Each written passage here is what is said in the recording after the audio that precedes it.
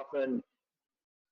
So, and we'll talk about interventions later, but I want you to begin to think about what psychotherapy interventions you use most frequently to encourage adaptive emotions. We'll be talking about interventions later, but that's just a food for thought in the background to think about what interventions you use. Okay, so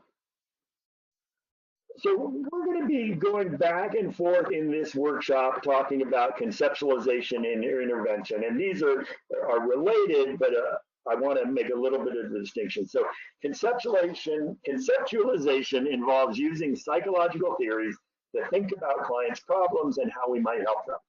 And then interventions are actually the things we say and do to help our clients.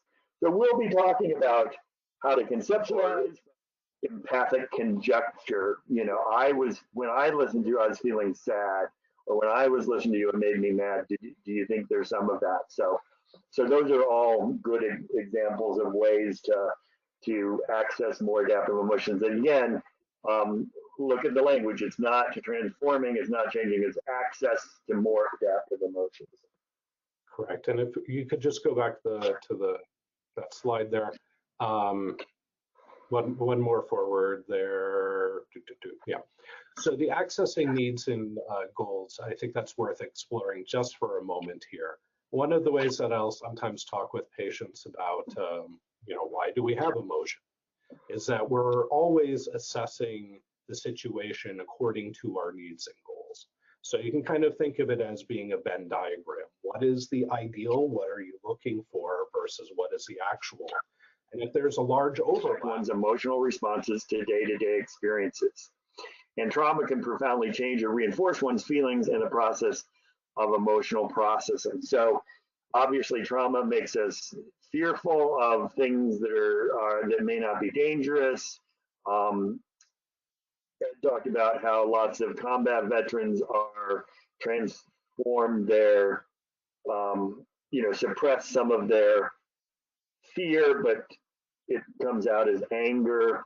So this goes to the holistic model of psychological functioning that is the foundation for training in unified psychotherapy. So there in the middle is the interaction between cognition and emotion and behavior. The top tier there are 4 different external influences: development across life experiences, interpersonal patterns, families and other microsystems. And then receiving back, that he talked, focusing therapists talk about there being a shift, that when you capture the emotion, you can actually feel if it's a tension, you can notice a release of the tension. So that there can be this interesting internal shift. I don't think it happens all the time, but it's something that is very interesting when it does happen. Patients often don't understand the shifting part, by the way. I like focusing. I think it's an awesome way of getting in touch with one's experiencing and doing some exploration, but it's not, in my mind, the most useful thing for what we're doing here in unified psychotherapy. There are a number of different problems that come forth when you try to apply it. First off, it is deeply experiential and body oriented, and that's something that will put some people off. They're not